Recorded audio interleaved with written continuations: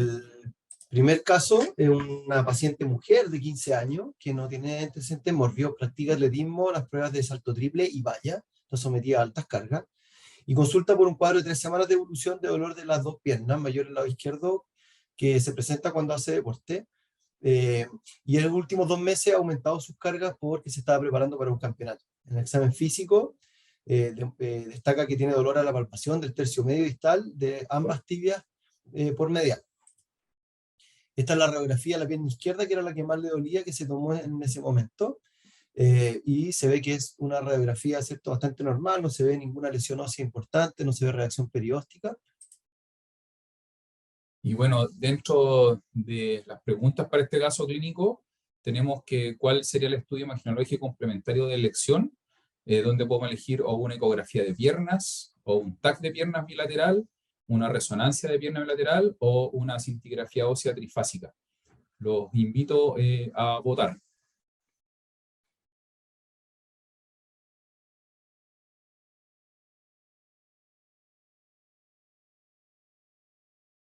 Con la votación, por favor.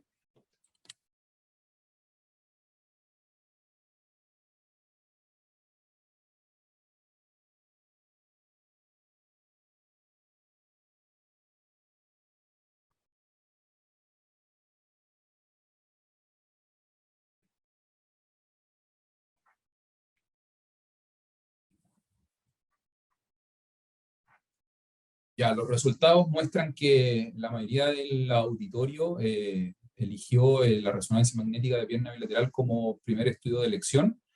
Y bueno, la verdad es que es el examen que se le hizo a esta paciente. Así es, si bien la ecografía, el TAC y el cintigrama podrían tener alguna utilidad, el de elección para cuando uno está sospechando, ¿cierto?, el síndrome de estrés tibial medial en la resonancia. Estas son las imágenes que obtuvimos, ahí vemos, ¿cierto?, que tiene tanto un componente anteromedial como posteromedial, ¿cierto?, del periósteo, y edema óseo asociado a ambas tibias. Entonces, esta paciente tiene un síndrome de estrés tibial medial, que es una lesión por sobrecarga. Entonces, considerando que tenemos el diagnóstico de esta paciente ya realizado, ¿cuáles serían las opciones de tratamiento que tendríamos para ella? Podemos hacer un reposo deportivo solo de actividades de impacto, hacer una disminución de carga, o sea, utilizar como el uso de bastones, realizar un estudio complementario como metabolismo calcio-fósforo, vitamina D, o el estudio de teleradiografía de extremidades inferiores para mecánico de las extremidades, o podríamos hacer todas las anteriores. Se dan a votar.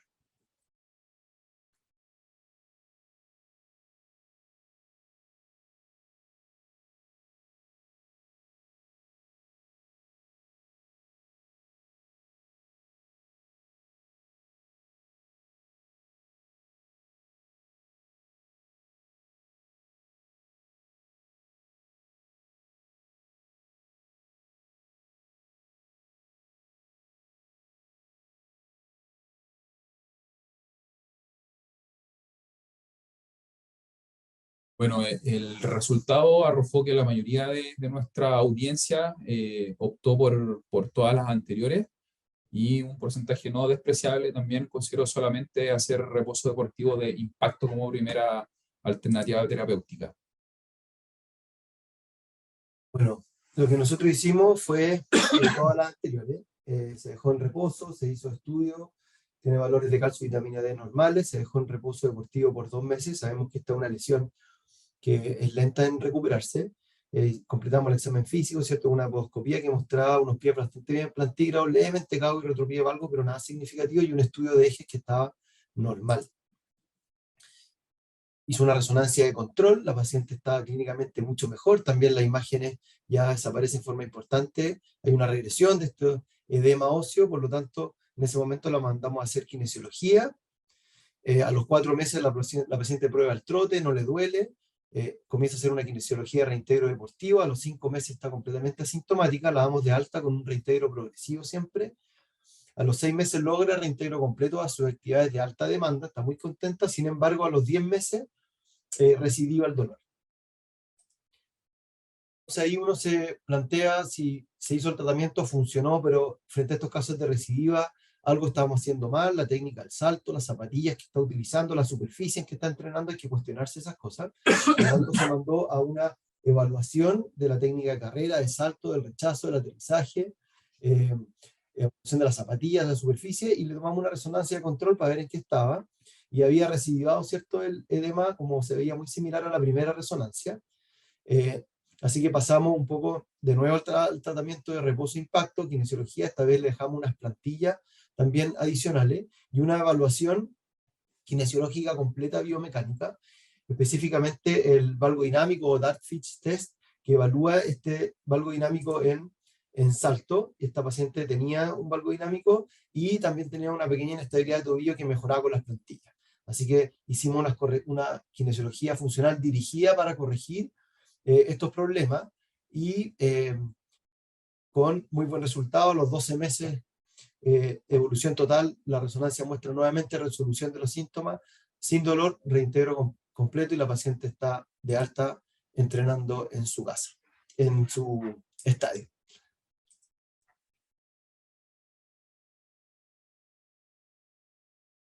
Bueno, ahora vamos al siguiente caso, el caso número 2, que se trata de un hombre de 14 años que juega básquetbol, y su nivel de básquetbol es que él es seleccionado del colegio, y esto implica que él al menos 3 veces a la semana tiene un entrenamiento que va entre 1 hora y media a 2, más partidos durante el fin de semana, y que nos consulta porque llevaba un mes de evolución de un dolor anterior de rodilla, pero que solo se manifestaba cuando él jugaba básquetbol, o sea, no se manifestaba con actividades de la vida diaria.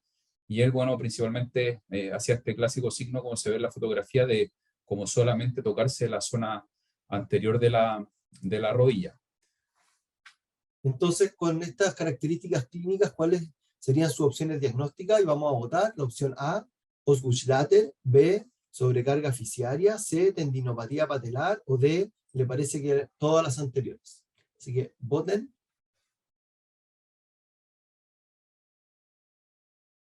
Recuerdo un paciente de 14 años que juega básquetbol y que está con dolor anterior de rodilla solo cuando hace deportes. ¿Les parece más un Osgood-Schlatter, una sobrecarga fisiaria, una tendinopatía patelar o una combinación de todas las anteriores?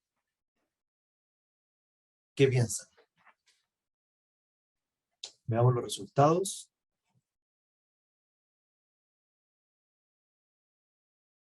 Ahí está, la mayoría, el 60% de la audiencia, escogió todas las anteriores. En segundo lugar, Osgood-Schlatter, y en tercer lugar, tendinopatía patelar. Bueno, como respuesta a la pregunta, podemos decir que en general los pacientes tienen una combinación de patología, siendo que los Osgood-Schlatter es bien frecuente en este deporte y por la edad del paciente. Habitualmente el examen físico es lo que nos va a dar la clave de la orientación diagnóstica.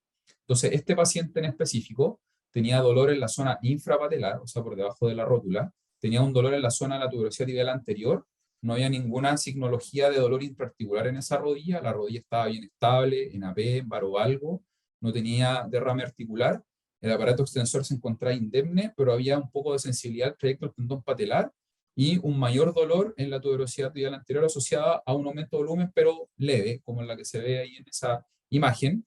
Tenía un Hoffa test negativo y los criterios de Beighton de este paciente también estaban negativos. Entonces, considerando esto, aquí les quise poner un poco qué es lo que es el Hoffa test, que es este test diagnóstico en que con la rodilla en flexión, entre 30 y 60 grados, se ponen los pulgares en la parte lateral y medial de la rodilla y se hace una extensión. Y si uno logra dolor con ese movimiento y el pulgar puesto en esa posición, implica un test positivo. Bueno, el test de Beighton que la mayoría de nosotros conocemos, con sus 9 puntos.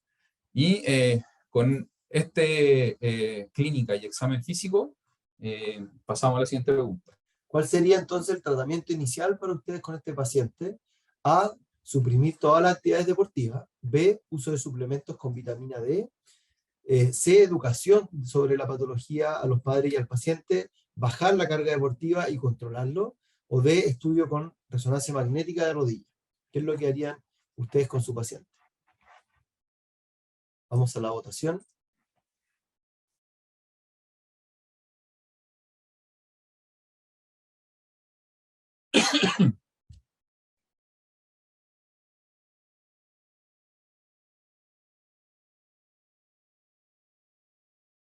Bien, ahí tenemos los resultados.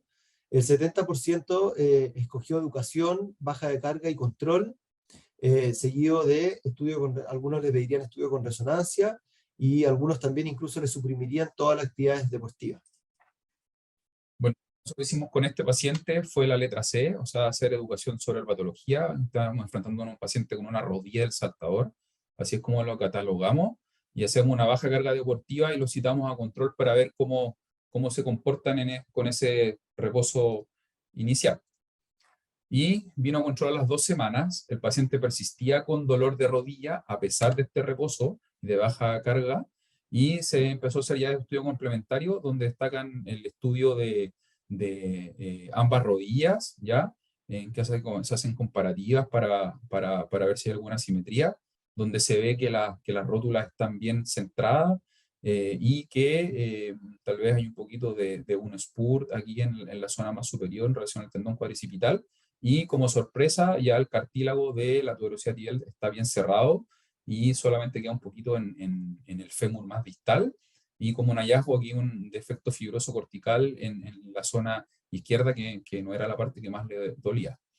Entonces, con este paciente ya seguía sintomático, tratando de optimizar un poco más como el estudio clínico. Le pedimos que hiciera este test, que es muy específico para tendinopatía patelar, que es el Single Leg Squat Test, en que uno le pide al paciente que haga un squat de una pierna con la rodilla contraria extendida, y eso provoca dolor en la zona anterior, y cuando es positivo es muy sensible para considerar que uno tiene una tendinopatía patelar. Este paciente lo tenía, y de acuerdo a esta presentación clínica nosotros podemos hacer una clasificación de esta tendinopatía patelar, que la vamos a utilizar la de diolacina, que se hizo hace mucho tiempo, pero la verdad es que es la que está más como se usa en la actualidad, pensando en que nos orienta un poco a lo que tenemos que ir haciendo con el paciente.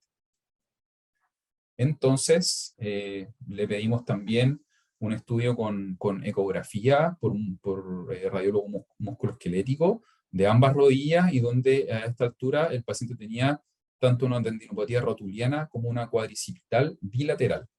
Entonces, en este escenario, lo que hacemos es que mandamos al paciente a hacer un plan kinésico, y que está enfocado en hacer ejercicios excéntricos, que es lo que está más demostrado en la literatura, que tienen que hacer por un tiempo prolongado. El mínimo son 8 semanas, pero lo ideal es que sean 12. Ojalá que sean supervisados, pero los pacientes tienen que hacer pegas en su casa también. Hay algunos protocolos que utilizan que haya un poco de tolerancia al dolor inicial, y algunos que también se utilizan con tabla inclinada. Y aquí sí lo importante es que mientras estén haciendo el plan kinésico, se tiene que restringir completamente la actividad que provoca los síntomas. Entonces se hace un reposo deportivo en este caso del básquetbol en forma completa. Y el paciente mantuvo dolor. Entonces, en este contexto, en que ya tenía 60 sesiones en total de kinesiología, o sea, una kinesiología de verdad que fue bien hecha y súper bien supervisada, se hizo este estudio con resonancia. Estas son ambas rodillas, y lo único que se ve como hallazgo es que a nivel del polo proximal de la rótula, el tendón patelar, que habitualmente es la zona más como articular, más cercano al jofa, se ve inflamado, y en una rodilla con un poquito de edema de la casa de jofa. Entonces, ante este escenario de un paciente que no respondió al manejo conservador, que es lo que habitualmente sucede, en este caso lo que se hizo, ya como una alternativa más bien como de salvataje, fue mandar al paciente a hacer una terapia con ondas de choque. Ahora, hay que tener muy claro que no hay ninguna evidencia que avale su uso en esta patología en específico, o sea, en tendinopatía patelar, pero hay algunos trabajos que sí están a favor y otros que no mostrarían mayor beneficio. Se supone que ayudaría en bajar el dolor y tendría alguna eventual opción de reparación tisular.